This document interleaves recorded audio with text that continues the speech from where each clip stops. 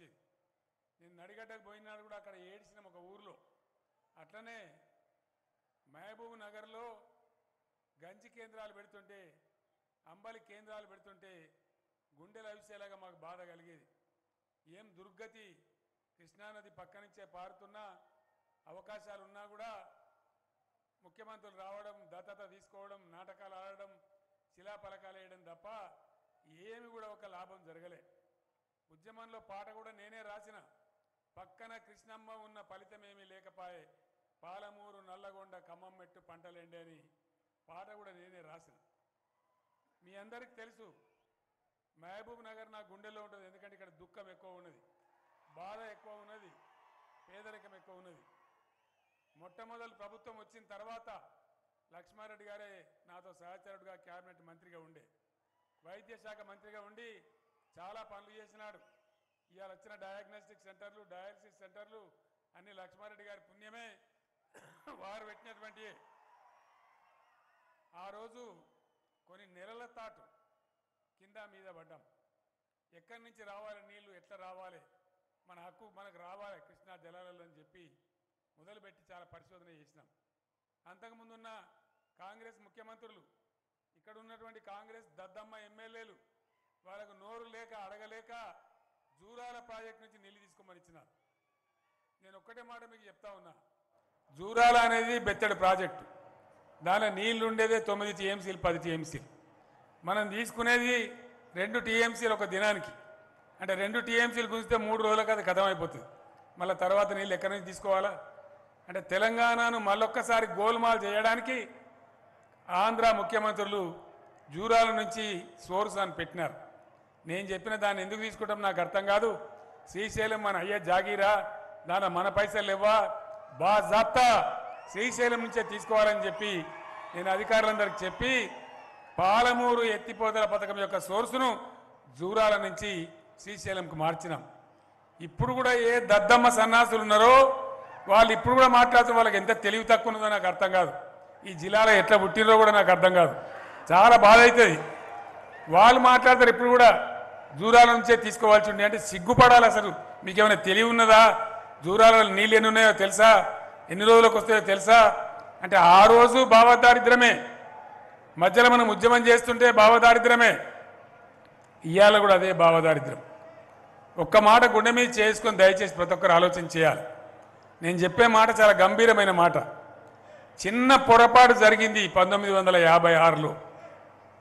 చాలా చిన్న పొరపాటు, కొద్దిగా మర్చిపోయి ఉన్నారు మనోళ్ళు. ఆ దెబ్బకు మనల్ని వంచబోయి లేవట్టుకపోయి ఆంధ్రాలో కలిపేస్తే 60 ఏండ్లు గోసపడ్డాం. గంజి కేంద్రాలు తెచ్చే పరిస్థితి వచ్చింది. సర్వనాశనం అయిపోయినాం. బొంబాయి బస్సులకు ఆలవాలమైంది పాలమూరు జిల్లా. తాలూకాలే ఖాళీ అయిపోయే పరిస్థితి. ఇక్కడ మన జడ్చర్లలో కూడా లంబాడి బిడ్డలందరూ హైదరాబాద్కో ఇంకో చోటకో బతకపోయినటువంటి పరిస్థితి ఆనాడు మనం కళ్ళారా చూసినాం. బాధలు పడ్డాం. కోరేటి వెంకన్న ఇదే జిల్లా కవి పల్లె పల్లెలో పల్లేర్లు మొలిచే పాలమూరులోనని చెప్పి పాటలు రాసినారు. పల్లె పల్లెలలో పల్లేర్లు మొలవన్నా మన జీవితం అదేనా? దానికోసమే పుట్టినవాని ఆనాడు పిడికిలెత్తి పోరాటం చేస్తే, మీరందరూ దీవెన ఇస్తే, అందరం కలిసి కొట్లాడితే తెలంగాణ వచ్చింది. తెలంగాణ ఎవడు మనకు ముఖ్యానికి ఇయ్యలే. అనేక మందిని బలి తీసుకొని విద్యార్థులను చావగొట్టి చాలా బాధలు పెట్టి చివరికి నేను కూడా ఆమరణ దీక్ష పట్టి సావు నోట్ల తలకాయ పెడితే తప్ప తెలంగాణ రాలే. ఎవడో ఇయ్యలే మనకు, ఎవడో ముఖ్యానికి అది ఇచ్చిపోలే. ఉన్న తెలంగాణను ఉడగొట్టింది కాంగ్రెస్ పార్టీ. 60 ఏండ్లు మన గోస పోసుకొని మనం బొంబాయి పోయేటట్టు, కూలీ పని చేసేటట్టు, వలస పోయేటట్టు చేసింది కాంగ్రెస్ పార్టీ. మళ్ళీ వాళ్ళే వచ్చి ఇలా మాట్లాడుతూ ఉన్నారు. నేను మీ అందరికి ఒకటే మాట మనవి చేస్తూ ఉన్నా. ఏం చేసినాం? మహబూబ్ నగర్లో పాలమూరు ఎత్తిపోతల పథకం ప్రారంభించినాం. దానికి మళ్ళీ ఎవడటం? ఇదే జిల్లాలో పుట్టిన దరిద్రులు కాంగ్రెస్ నాయకులు పోయి కేసులు వేస్తారు. అది కావద్దు. అది అయితే లక్ష్మారెడ్డికి పేరెత్తది, శ్రీనివాస్ గౌడ్కి పేరెత్తది, జిల్లా ఎమ్మెల్యేలకు పేరెత్తది, కేసీఆర్కి పేరెత్తదని దానికి అడ్డగాతలు పట్టినారు. మేము దాన్ని మొండి పట్టుకొని పోయినాం. ఈ మధ్యనే 9 సంవత్సరాల పోరాటం తర్వాత బ్రహ్మాండంగా అనుమతులన్నీ కూడా వస్తూ ఉన్నాయి, ఒకటి తర్వాత ఒకటి. ధర్మం గెలుస్తుంది, న్యాయం గెలుస్తుంది కాబట్టి వస్తూ ఉన్నాయి. మొన్ననే పాలమూరు ఎత్తిపోతల పథకం నేను ప్రారంభం చేసిన. దాని మీద రావాల్సినటువంటి నార్లాపూర్ కావచ్చు, ఏదుల కావచ్చు, వట్టెం కావచ్చు, కరివెన కావచ్చు, మన జడ్చర్ల నియోజకవర్గంలో ఉన్న ఉద్దండాపూర్ కావచ్చు, ఆ రిజర్వాయర్లన్నీ కంప్లీట్ అయిపోయినాయి. టన్నెల్స్ అన్ని కంప్లీట్ అయిపోయినాయి. మోటార్లన్నీ బిగిస్తూ ఉన్నారు. రాబోయే 3-4 నెలలలో ఈ అన్ని రిజర్వాయర్లలో కూడా బ్రహ్మాండమైన నీళ్లు మన కళ్ళ చూడబోతా ఉన్నాం. పాలమూరు కరువు అనేది పోతుంది.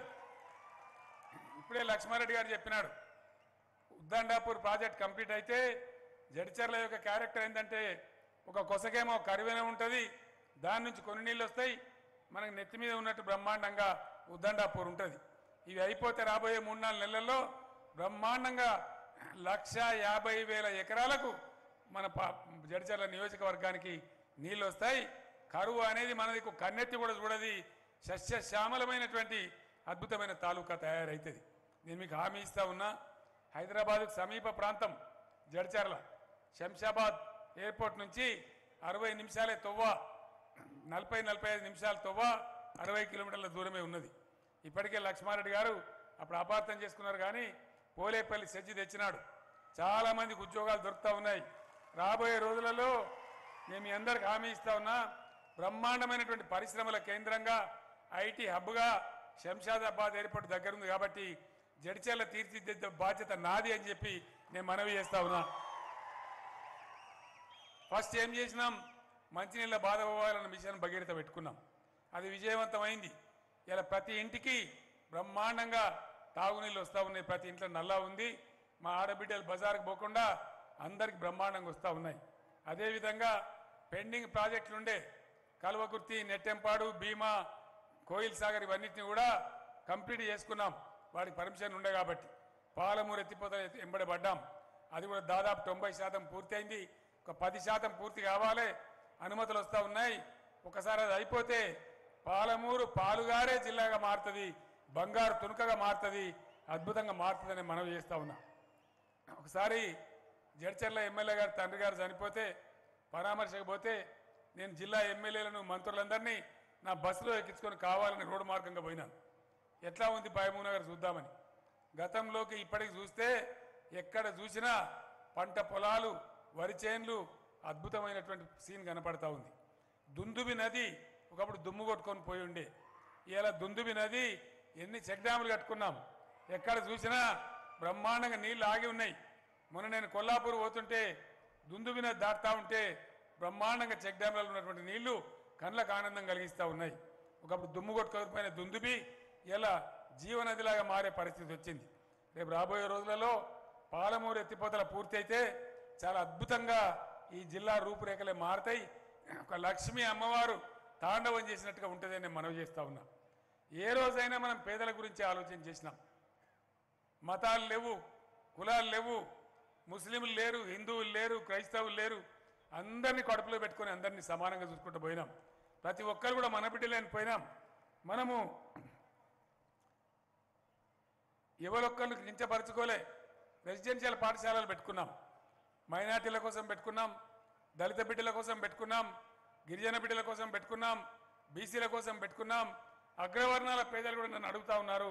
వాళ్ళకు కూడా మొన్ననే పాలసీగా 119 గురుకులాలు ఇస్తాం నియోజకవర్గానికి ఒకటి అని వాళ్ళకు కూడా చెప్పినాం. ఏ స్కీమ్ తీసుకున్నా అందరిని కవర్ చేసినాం. మనం పెన్షన్లు ఇచ్చుకున్నా, కళ్యాణ లక్ష్మి ఇచ్చుకున్నా, షాదీ ముబారక్ ఇచ్చుకున్నా, ఏ స్కీమ్ పెట్టినా కులం లేదు, మతం లేదు, అందరినీ సమానంగా చూసుకుంటూ పోయినాం. ఎందుకంటే తెలంగాణలో ఉన్న ప్రతి బిడ్డ మన బిడ్డనే. ఎంత గొప్పది తెలంగాణ అంటే నిజంగా మన తెలంగాణ ముస్లిం పెద్దలకు, ముస్లిం నాయకులకు నేను సాల్యూట్ చేస్తూ ఉన్నా. మొన్న గణపతి పండగ, గణపతి నిమజ్జనం, మిలాదున్ నబీ రెండు ఒకటే రోజు వచ్చినాయి. హైదరాబాదులో బ్రహ్మాండంగా పండగ జరుపుతారు, మీకు తెలుసు.